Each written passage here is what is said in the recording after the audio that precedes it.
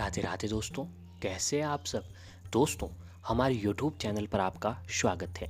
हमारे इस चैनल को सब्सक्राइब कीजिएगा और हमारे वीडियो को लाइक, शेयर और कमेंट जरूर कीजिएगा। दोस्तों, हमारे भारतीय संस्कृति में अनेकों प्रकार के व्रत हैं और सभी व्रतों का अपना एक अलग और विशेष महत्व बताया जाता है। परंतु दोस्तों, मौन व्रत अपने आप में एक अनूठा व्रत है। वैसे तो इस व्रत को कभी भी किया जा सकता है, पर दोस्तों शास्त्रों में मौनी अमावस्या पर मौन रखने का विधान बताया गया है। जी हाँ दोस्तों, अनेक धर्मशास्त्र कहते हैं कि मौन रहने से जीवन में सकारात्मक बदलाव व्यक्ति को आते हैं और मन के विकार दूर हो जाते हैं, चित्त शांत रहता है, जिसके कारण व्यक्ति का स्वास्थ्य भी ठीक रहता है। यूं कहिए कि मौन की महिमा अपार है। इसे धारण करना तप के बराबर माना जाता है। मौन से क्रोध का दमन, वाणी का नियंत्रण, शरीर बल, संकल्प बल एवं आत्मबल में वृद्धि और मन को शांति तथा मस्तिष्क को विश्राम मिलता है, जिससे आंतरिक शक्तियों का विकास होता है और ऊर्जा का शरण रुकता है। आध्यात्मिक उन्नति के लिए भी वाणी का शुद्ध और सरल होना अति आवश्यक है। मौन से वाणी शुद्ध और नियंत्रण होती है और ये हमारे सोचने समझने की शक्ति को विकसित करता है। इसीलिए हमारे शास्त्रों में मौन का विधान बताया गया है। ऋषि मुनि या चिंतक मौन रहकर ही मनन चिंतन करते हैं। इससे उनकी मानसिक ऊर्जा बढ़ती है और मौन रहकर कार्य करने से ज्ञानेंद्रिया व कर्मेंद्रिया एकाग्र होती है और कार्य का सुचारू रूप से संपन्न हो जाता है। तभी तो पूजा अनुष्ठानों में मौन रहकर कार्य किया जाता है। शास्त्रों के अनुसार प्रातः काल और सायकाल मनुष्य को जितनी देर हो सके मौन अवश्य ही रहना चाहिए। ऐसा करने से मानसिक तनाव तो कम होता ही है, साथ ही स्वास्थ्य लाभ भी प्राप्त होता है एवं मन को शांति व शक्ति भी प्राप्त होती है। जिन्हें मन को वश में रखना हो वह अपने आप पर नियंत्रण साधना हो, नियमित रूप से कुछ समय के लिए मौन रहने का अभ्यास अवश्य ही करना चाहिए। मनोवैज्ञानिक भी एकाग्रता, स्मरण शक्ति बढ़ाने, मन को मजबूत बनाने एवं सकारात्मक सोच के लिए मौन रहने की सलाह देते हैं। दैनिक जीवन में भी कार्य करते समय बोलने और मौन रखने का अंतर समझा जा सकता है। जो व्यक्ति मौन रहते हैं उनकी बुद्धि अपेक्षाकृत अधिक स्थिर और संतुलित होती है। ऐसा व्यक्ति हानि लाभ हित अहित के प्रसंगों पर बड़े धैर्यपूर्वक निर्णय ले सकता है। तो दोस्तों, हम जो बात कर रहे हैं मौनी अमावस्या की। जी हाँ दोस्तों, मौनी अमावस्या से यही तात्पर्य है कि आपको पूरे दिन जो है अमावस्या के दिन मौन रहना चाहिए। दोस्तों, हिंदू कैलेंडर के अनुसार माघ मास में कृष्ण पक्ष की अमावस्या तिथि को मौनी अमावस्या कहा जाता है। इसे माघी अमावस्या भी कहा जाता है। इस बार दोस्तों जो है माघ मास की मौनी अमावस्या जो है 11 फरवरी गुरुवार के दिन को पड़ रही है। धार्मिक मान्यताओं के अनुसार इस दिन मौन रहकर पवित्र नदी में स्नान और दान करने से व्यक्ति के विशेष पुण्य फल की प्राप्ति होती है। मौनी अमावस्या का महत्व बहुत ही माना गया है और ये तिथि परेशानियों से मुक्ति पाने के लिए उत्तम भी मानी गई है।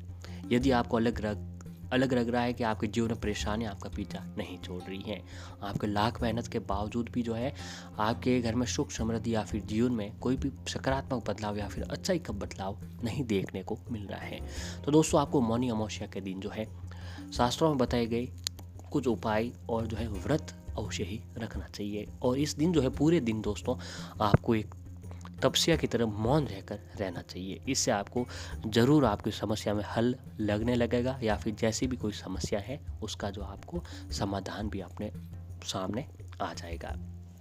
जी हाँ दोस्तों, तो अगर जो है आप लोग मौनी अमावस्या के दिन शास्त्रों में बताए गए ये उपाय कर लेते हैं तो आपके जीवन की सारी परेशानियाँ खत्म होने लग जाती है। और ऐसे दोस्तों मौनी अमावस्या के दिन जो है एक विशेष योग भी बन रहा है। ये श्रवण नक्षत्र में चंद्रमा और 6 ग्रह मकर राशि में महायोग बनेगा। इस योग का महायोग कहा जाता है और महोदय योग में कुंभ की डुबकी और पितरों का पूजन करने से शुभ फल प्राप्त होता है। मौनी अमावस्या के दिन महोदय योग में कुंभ की डुबकी और पितरों का पूजन करने से व्यक्ति को शुभ फल प्राप्त होता है। मौनी अमावस्या के दिन महोदय योग में तिल का दान और भगवान विष्णु जी को तिल और दीप अर्पित करना बहुत ही शुभकारी माना जाता है। इससे पाप का क्षय होता है और शौर्य की प्राप्ति होती है। पौराणिक मान्यता है कि सतयुग में जो हजारों वर्ष तपस्या करने का पुण्य है वह कलयुग में मौनी अमावस्या के दिन मौन रहने एवं गंगा स्नान करने से प्राप्त होता है। जी हाँ दोस्तों, इस दिन जो है अगर आप अमावस्या के दिन जो है पवित्र नदियों में स्नान करने की परंपरा होती है। अगर आप इस दिन किसी पवित्र नदी में स्नान नहीं कर सकते हैं तो जो है आप लोग एक काम करना चाहिए कि नहाने के पानी में ही थोड़ा सा गंगा जल डालकर स्नान करना चाहिए। इससे भी आपको गंगा नदी के समान जो है विशेष स्नान प्राप्त होगा है। तो दोस्तों मौनी अमावस्या के दिन अब आपको एक उपाय बताते हैं। वह उपाय है झाड़ू से जुड़ा हुआ। यह उपाय जो है अगर आप मौनी अमावस्या के दिन सुबह सुबह उठकर कर लेते हैं तो दोस्तों आपके जीवन की सारी परेशानियां माता लक्ष्मी भगवान विष्णु पल भर में ख़त्म कर देंगे और आपके घर में सुख समृद्धि बनी रहेगी। जी हाँ दोस्तों, तो 11 फरवरी गुरुवार बहुत विशेष दिन है। इस दिन एक झाड़ू अपने घर जरूर लेकर आए। दोस्तों ये गुरुवारी अमावस्या है।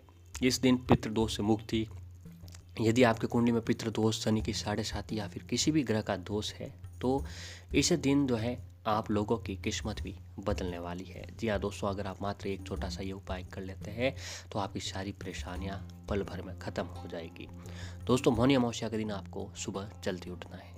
उठने के बाद आपको सबसे पहले व्रत का संकल्प लेना है। उसके साथ साथ मौन रहने का भी आपको जो है संकल्प करना चाहिए। इस दिन आप जल्दी उठकर स्नान करें। आपको पवित्र नदी में दोस्तों स्नान नहीं हो सकता है तो आपको आपके नहाने के पानी में थोड़ा सा गंगा जल डालकर अवश्य ही नहाना चाहिए। इससे आपको बहुत ही अधिक लाभ प्राप्त होगा।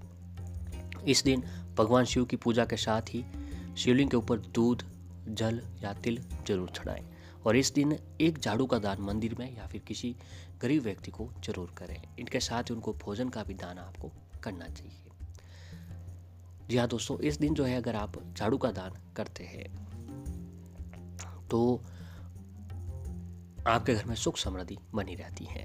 और विष्णु पुराण के अनुसार अमावस्या के दिन उपवास करना चाहिए। पितृगण के साथ साथ सूर्य देवता, वायु देवता, इंद्र देवता और अश्विन कुमार सभी प्रसन्न होते हैं और आपको सुखी रहने का आशीर्वाद प्राप्त करते हैं। जो व्यक्ति ऋण में डूबे हुए हैं उन्हें ऋण मोचक जो है मंगल स्रोत का पाठ करें। यदि आप खुद नहीं कर सकते हैं तो किसी वैद्य पंडित को भी बुलाकर आप करवा सकते हैं। और जब आप सूर्य को अर्घ्य देते हैं तो तांबे के लोटे में सूर्य को अर्घ्य दें। पीपल या बरगद के वृक्ष के ऊपर लस्सी, काले तिल, चीनी, जल इत्यादि चढ़ाएं और उसके बाद कच्चा सूत को लपेटते हुए 108 बार परिक्रमा करें। आप देखेंगे कि आपकी सारी मनोकामनाएं आपको पूरी नजर हुई दिखाई देगी।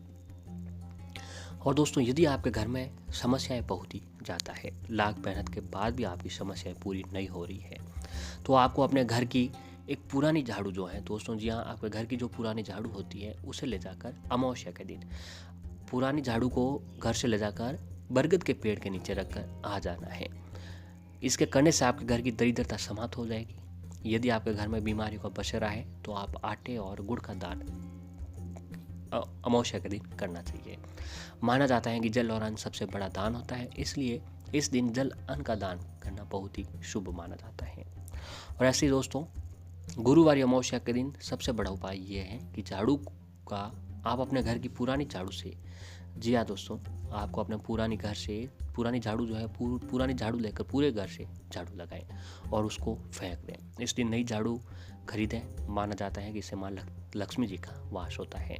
जी हाँ, अमावस्या के दिन जो आपको एक नया झाड़ू भी अवश्य ही खरीदना चाहिए, परंतु इस बात का ध्यान रखें कि नई झाड़ू जो आपको उसी दिन नहीं लगा देनी है, बल्कि अगले दिन जो है अमावस्या के अगले दिन उस झाड़ू का इस्तेमाल आपको करना है। तो दोस्तों ये उपाय जो है अगर आप अमावस्या के दिन करते हैं तो आपके जीवन की जुड़ी सारी परेशानियां खत्म होती है और आपके ऊपर भगवान विष्णु, माता लक्ष्मी जी की कृपा अवश्य ही बनती है। और ऐसे दोस्तों मौनी अमावस्या के दिन किसी पवित्र नदी या सरोवर में स्नान करें। उसके बाद आटे की गोलियां बनाकर मछलियों को खिलाएं। ये बहुत ही पुण्य का कार्य माना गया है।